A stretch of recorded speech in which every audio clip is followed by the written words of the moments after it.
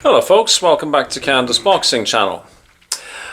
Before we get underway, there's a post I'm going to put up in our community post page, which will contain a link to an episode of Porky's Corner, which I appeared on this morning. For those of you who want to see what Russ was questioning me about and my answers, it'll all be there.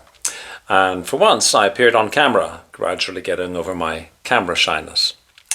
Anyhow, I noticed an interesting thing. I was just about to sit down and have some lunch, and I noticed, I believe it's Seconds Out his reporting is, that the WBC seems to be quite insistent on one particular thing. And it shows to me a little bit of a schism between the WBC and Mauricio Suleiman and Turki and Al-Sheikh. They had been, really sort of, the two peas in a pod kind of thing. I mean, we've seen instances where the IBF have insisted upon a mandatory being fought, and they've actually stripped champions, most noticeably, of course, Alexander Usyk, who was stripped of his IBF, which was then given to Daniel Dubois. But the WBC seems to be raining on Turkey's parade right now, because as we know, after the excellent rematch between Beterbiev and Bivol, which Bivol won, Turkey was keen, and everybody else I think was keen, on there being the trilogy fight. As you know, if you watch enough of my videos, I actually don't like rematches as a matter of course. So many times now, people sign up for 2-fight deals. And, you're thinking, well, ho-hum, first time the guy got slaughtered, do we want to see the guy getting slaughtered again? Or, ho-hum, it wasn't actually that interesting. Or, whatever. So I don't like rematches very much. But when you have a really cracking good fight that goes close, like the first Beterbiev and Bivol fights went, I think we all said, oh yeah, this would be good to see again, And indeed, the second fight was, certainly to my eye, even better than the first. And while I thought that Beterbiev did win the first, I thought that Bivol won the second. So, I didn't have any issues with the results, right? But for example, you might not want to see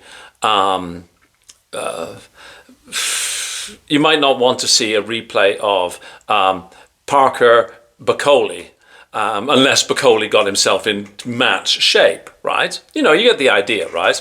Like, as you all know, I'm actually not very interested in seeing Usyk fight Dubois again. I mean, in part because Usyk is running out of time, and I'd simply like to see him with a fresh face in front of him. But anyhow, the WBC have said that Dimitri Bivol, who is, of course, now the undisputed light heavyweight champion of the world, well deserved in my own view, even though, of course, I bet on Beterbiev and cheering a little bit for Beterbiev. He's, like me, an adopted Canadian.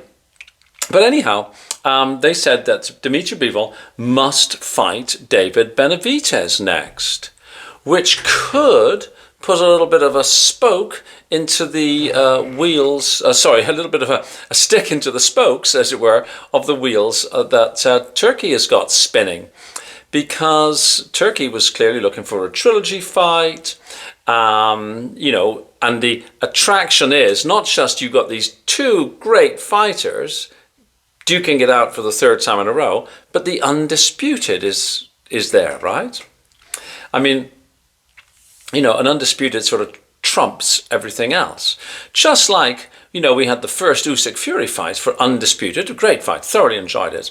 And the second fight, which I also enjoyed very much, wasn't for undisputed. So it had a little tiny bit of the shine taken off it, because Usyk had to, give away his belt to Dubois, a man he'd already beaten.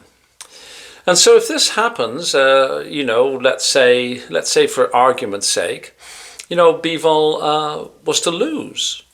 Well, where does that put the trilogy? I mean, I don't actually think Bivol would lose, but you know what I'm saying, right? What I think is probably more likely is that Bivol would lose his WBC title. And so then the fight with Bivol and Beterbiev would not be for undisputed, which would be not quite the same value. And it's sort of, I'm sort of kind of torn, because I actually want to see Benavidez get a title shot, but I find it's just interesting that, that this time the WBC is sort of putting its foot down. I mean, what do you think? Should the WBC insist upon Benavidez having his mandatory? Most of us would, under normal circumstances, say yes. And I guess if you're going to have a rule, you may as well enforce the rules. But on the other hand, it does spoil the idea of a trilogy fight. Or do you think, oh, for God's sake, forget about the trilogy fight, Bob. Let's get the best fighting the best. And, Benavidez deserves a shot. And if he beats Bivol, then great. And if he doesn't, well, then the belts will be split up. And, somebody else can fight for them. The other thing that I'm thinking of course, is, if the more and more time that elapses, Beterbiev, who I think might just slightly be on the slide at 40 years of age, could sort of, be aging out a wee bit, which would then make that trilogy fight a little bit less appealing as well, right? Anyways, just looking at Benavidez, he's 30-0. He's rated, according to BoxRec, number 2 in the world. His last fight was Morel, unanimous decision. Gavordik, unanimous decision. I completely messed up that pronunciation. Andrade, retired, and Plant, unanimous decision. He's actually banned for the moment, or suspended. Let's be clear, suspended until the middle of March.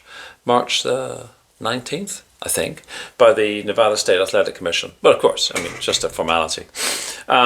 He's 28 years old, an American, of course. Known as the Monster, 6'2", 74.5-inch reach. He's big lad. Bivol, on the other hand, 34. Not getting any younger, but not aging out yet. 6 foot, 72-inch reach. Last fight, Beterbiev, decision, right? Zinad, TKO, and then Lyndon Arthur, unanimous decision. This would be a good fight. It's, I'm kind of torn. Like, do I want to see a fresh face? Usually I do. Do I want to see a trilogy in this case? Yeah, I do. Do I want to see a trilogy for the Undisputed? Well, yeah, I do. I kind of want my cake and eat it here. Let me know what you think. I'm just one fan, and I kind of go back and forth in my own mind. I clearly haven't made it up yet.